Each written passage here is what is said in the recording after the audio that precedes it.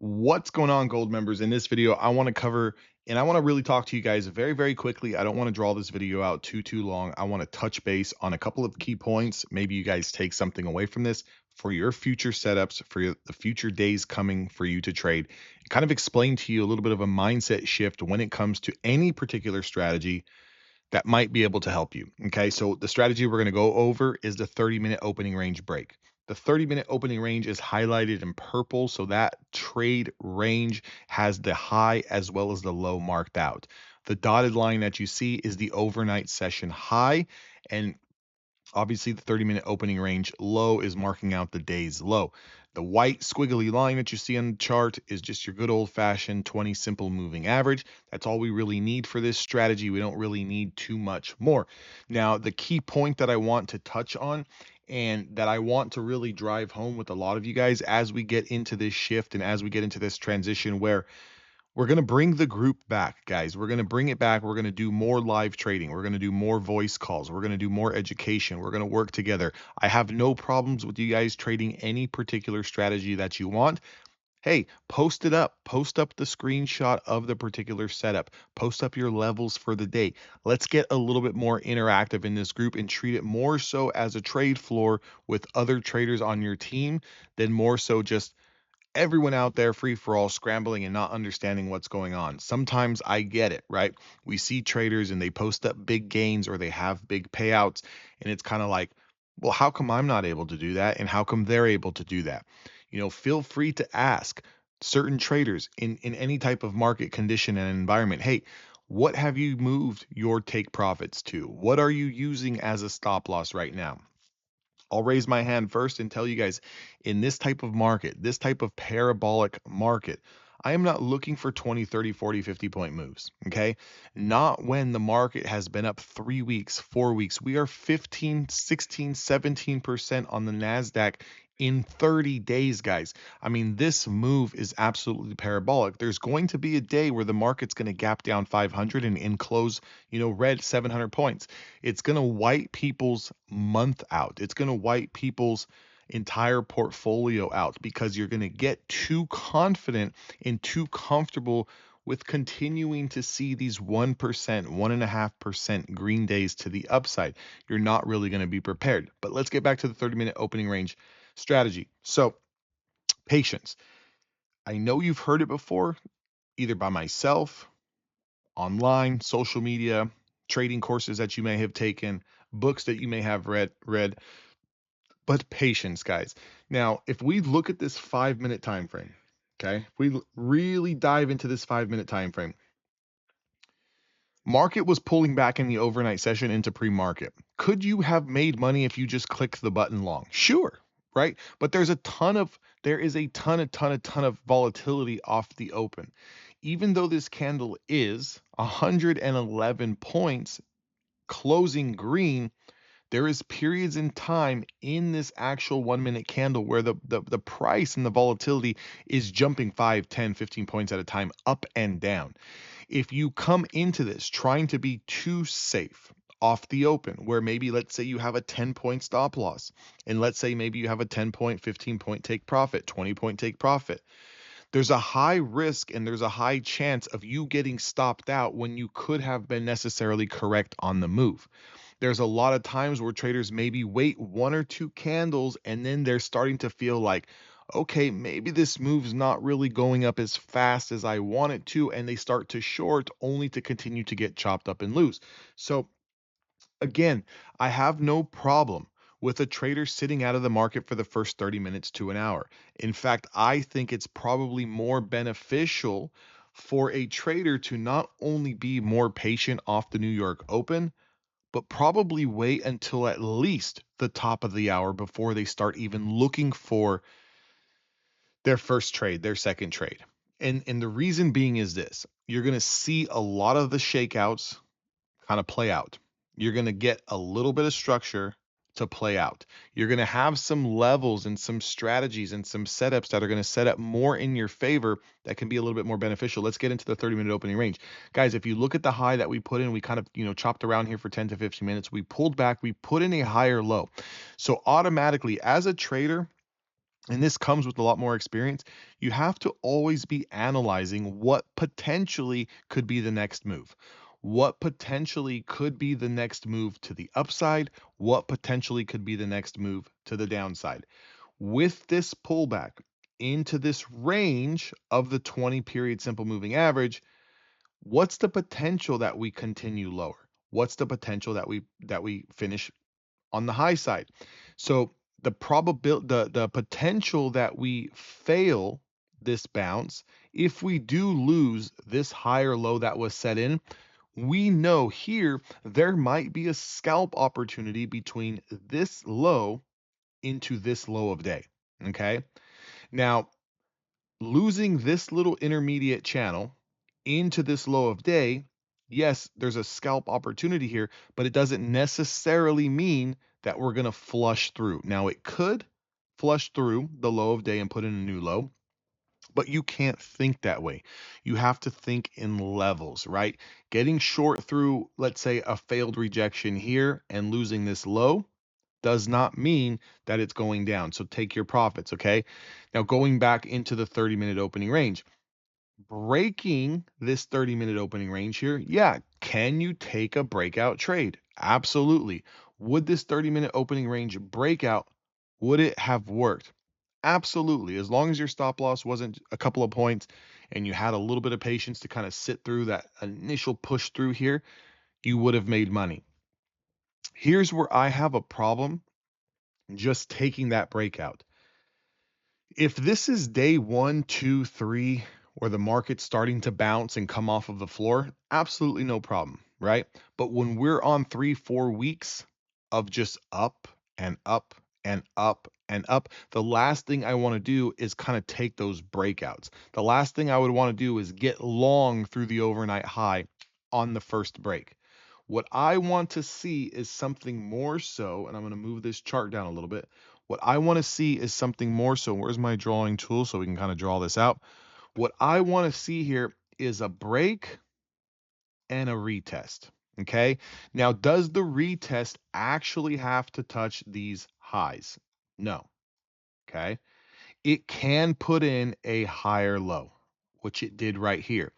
But what I'm looking for is some type of break and patience enough to just say, if I miss this move, if it continues to just go up without a pullback, I'm okay with that, right?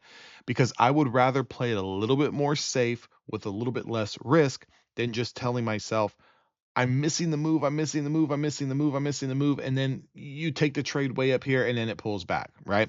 So you're going to miss some trades. Not every trade, not every idea you're going to be able to catch. You're going to miss some trades. However, I would rather you miss some trades than chase every single new high, every single breakout, only to get yourself chopped up more than you don't. So we need some type of pullback on a 30-minute opening range. We need some type of pullback on an initial balance break. We need some type of pullback on a 15-minute ORB. Here's that first pullback into the range of that 30-minute opening range high. Now, next thing I'm looking for, what is my 20 simple moving average doing? Is it flat? Okay. Is it flat? Is it declining? Or is it moving higher? Okay. Which one is it doing? In this particular example from today's price action, we are rising up. Okay. We are rising. That 20 simple moving average is moving up. What is my trade setup? Am I looking for the 30-minute opening range long, or am I looking for the 30-minute opening range short? In today's example, we're looking for the 30-minute opening range long. Great, 2 checkpoints there. Now I'm willing to take that trade long if we pull back and hold. What can I use as my stop loss? Well, I can use any close back inside that 30-minute opening range as a stop loss. I can use my rising 20 SMA as a stop loss. I can use a previous candle low as a stop loss. I can use a number of different things as a stop loss. I can use the current ATR during this time, which at this time was 41 points. I can cut that in half, 21 points, 20 points. I can use that as a stop loss. Okay. So multiple different ways that we can protect ourselves with risk. And make sure we get a couple of those checkpoints to align. Now, what are we looking for? We're the next kind of key step that we're looking for is, and let's just kind of highlight what some of the initial steps were. Again, what side are we looking to take? In this case, the long.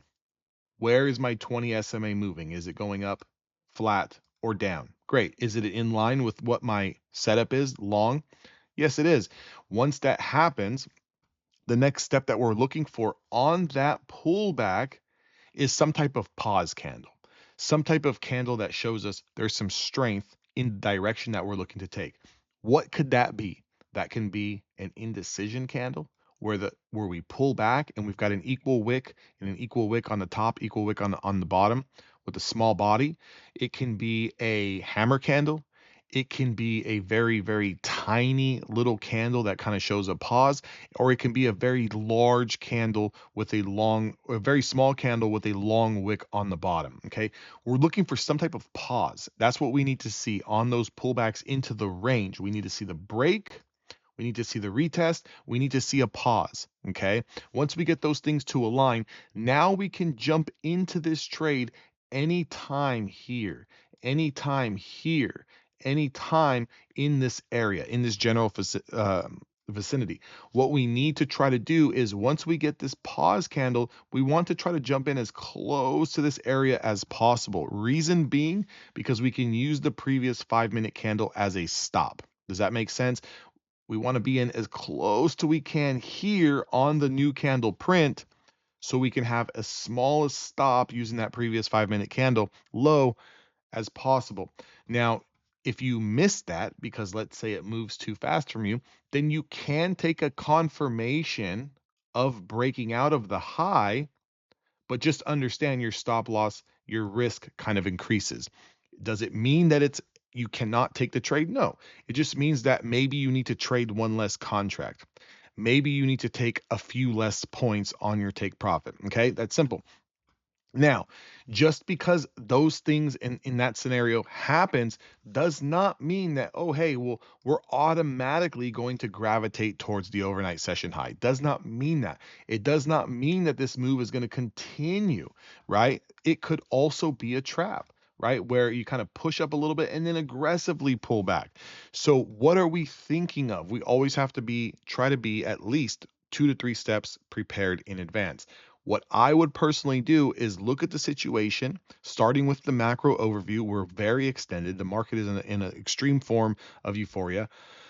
This market could pull back at any time. There could be some crazy catastrophic headline that hits the waves. And because we're so high, that fall from grace is going to come hard and it's going to come fast. So with that being said, I'm not looking for a huge price target. I'm not looking for multiple hundreds of points on a move. I'm not looking to trade multiple mini contracts.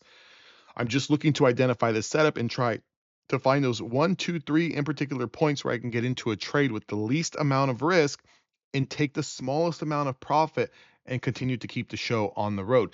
So in this particular instance, if I'm looking at the price action and I'm looking at this period of time when I want to get into this break and retest on the 30-minute opening range, what I want to do is look at the ATR on whatever time frame you are going to enter this trade. In this particular example, we're going to be entering in on the 5-minute time frame. On the 5-minute time frame, that average true range was 40 points. Okay.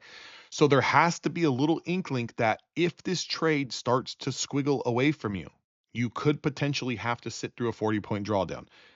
Do you want to do that? A lot of us are not going to want to sit through a 40-point drawdown. So maybe you need to trade the 1-minute or the 2-minute on that particular entry and then use a previous 1 or 2-minute low or use the ATR as your stop loss. What I like to do personally is I don't really a lot of the times like to follow the 1 and 2-minute chart too much. There tends to be a lot of noise in there. Again, you can get a little bit of a better entry on those time frames, but there is a little bit more noise, which I'm not recommending anyone not to trade those time frames. Those time frames are fine. It just depends on your trader DNA and if you're comfortable with it. But what I like to do is, for me, I like to cut the ATRs in half. Okay, so I like to use zero point 0.5 of an ATR. If the ATR is 40 points at this given time, I'm looking to take the trade. I will use a 20-point max stop loss. That is it. I'm not going to lose any more than 20 points. From there, I analyze in my head very, very quickly. If I'm trading one contract, I'm losing $40. If I'm trading two contracts, I'm losing 80.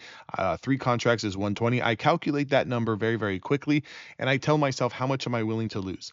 On a particular trade like this, I think I would be okay giving up between $200 and $300, which tells me I can trade between 4 and 5, 4 and 6 micro contracts on this particular setup. It can change for the next setup. And a lot of times traders think that, well, I'm trading 4 or 5 contracts now, and the next trade I'm trading one mini, and the next trade I'm trading one micro. And all that's kind of doing is just skewing your profit, your P&Ls. It's skewing your wins and your losses. You need to look at it in terms of a dollar amount. How much money are you willing to risk? How much money do you need to take out? And then we adjust our contract sizing based on the parameters of the ATR and the momentum and the volatility from there.